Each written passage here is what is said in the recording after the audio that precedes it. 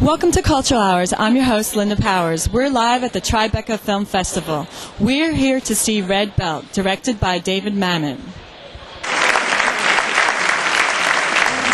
I'd also like to thank Michael Walker and Tom Bernard because I took them the idea about a movie about Jiu Jitsu, and they said, yeah, sure. And then you'd stand up. We have the producer, Chris Ann Burgess.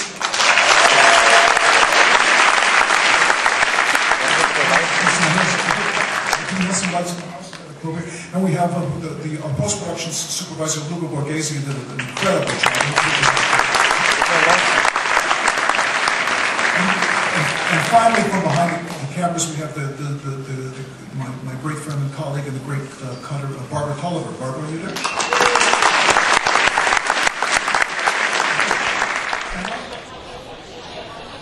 What's his name? David Mamet. Oh, okay, good. What do you mean? I saw him in the movie. Did he make a movie? Yeah. He was terrific. Wow, I'm going to tell him. Yeah. Well, yeah. Please do. I thought he was great. Where are you living now, in L.A.? Yeah. So do you get serious? Do you get to hear him anymore? I don't know what I get because I just got a new car and I don't know how to turn the damn radio on. Well, we'll have to take care of that for you. Oh, good. Thank you very much. Well, you know, Scott Farrell, who's on one of Howard's channels, is the ringside announcer. Indeed he is. He was great. He's really terrific. And what do you think about that voice of his? I love it. I mean, I grew up in the era where there's still the guys from the old days of radio. And the guys from the old days of radio, Ed Murrow and his generation were like the last. But I mean, going back to H.V. Kaltenborn and those guys who talked like this because they had to cut through the static. So all of the announcers in the early days of radio in the 30s and the 40s had a voice that had to cut through the static. And all their voices were extraordinarily distinctive. I love Scott's voice. You know, I'm just... Okay, that's enough now because I don't want to...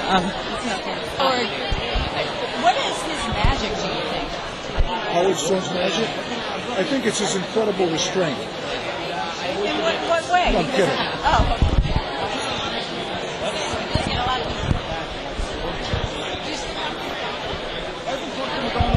But that's just because our lives drifted apart. I went to be a reclusive wordsmith, and she went on to become an intergalactically famous idol and icon. Thank you. Hello, Mr. Mamet. Hiya. Such an honor to meet you. Thank you. Now, this film, how did you come up with the idea? I heard you've been training. Did you get the idea as you were training, or is this something... Well, I've been training in Jiu Jitsu for a number of years, and so it's about the art of Jiu Jitsu, and it's also about the world of Jiu Jitsu and all the various people who live in that world, because the place where I train are all very, very serious fighters. I mean, it's not mainly people who go into to learn self-defense like myself, but it's a lot of police officers and a lot of special forces and a lot of bouncers and people who could and must go someplace to learn the best way to defend themselves physically, because they do it for a living, and they chose to learn Brazilian Jiu-Jitsu. And so it's a movie about those guys and their hero teacher, played by Chiwetel Ejiofor. And then how did you get ideas about the emotional side of it? I never have any emotional ideas because I'm basically emotionally I'm very retarded.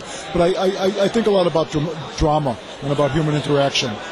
So is there a twist at the end in this one? You bet there is. Okay, I can't wait to see it. There's a couple twists in the middle, too. Can you show us a jiu-jitsu move? I could, but it really would be inappropriate. Oh, why? Thank you. Wait a second. That's a jiu-jitsu move. Oh, you tricked me. Yeah, sure. If I get you to move to the side, all of a sudden, now you're defeated, right? Okay. Because you're at a very weak angle, you're looking that way. And I'm at a very strong angle.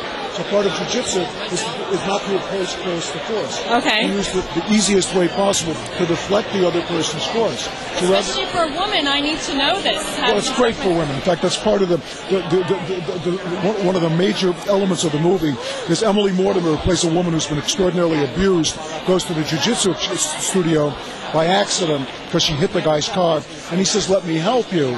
And she says, "No, there's no way you can help me. There's no way. I'm weak. I'm a woman. You're strong. You're a man. This man abused me. There's nothing you can do." And he teaches her that she's wrong and teaches her how to deflect force. That's fascinating. I can't wait to see it. Thank you very much. Enjoy it. Linda Cultural Hours. Is that your real name, Powers? Right, nice. So tell me about you in the film. Are you in the film? Yes. I play Snowflake. I play the assistant to Chiwetel's character. I sort of help run. It was a dream, absolute dream. He's so funny, and he's very. He's a very compassionate person. You know, he thinks you're going to make a very lewd, funny joke, and then you realize it's actually a very touching story he's telling you, and it's a lead-in towards the scene we're about to do. So he's very sneaky that way. He comes in, you think you're just kind of shooting the shit with. Shooting it with. You think you're shooting the shit with David Mamet. How cool is this? And really, the whole time he's like, well, the story I told you, much like the priest, that's what Snowflake is like in this scene. And it's like, wow, I didn't even see it coming. And then before you know it, you just want to shoot, and you should. It's great. What's up, brother? Good to see you, How man. you doing? Everything good? Man, you look great in the movie, man. Thanks, I loved brother. it. It was awesome. Working with you on that one. He helped me the entire day because I had no clue what I was doing, and I'd never done anything in a movie before. And he was my one-day movie guide, teacher, ambassador, and overall, it kept me from getting my face beat in. And you did great. You did wonderful. When you watch I couldn't even believe I made the final cut. I thought I'd be the first one they'd throw out of the movie. I can't believe I made it. The camera loves you, brother. You're the man. It's good to see you again, Good to see you. We're going to hang out, yeah? All right, let's get moving. Thank you, Powers from Hours. Thank you.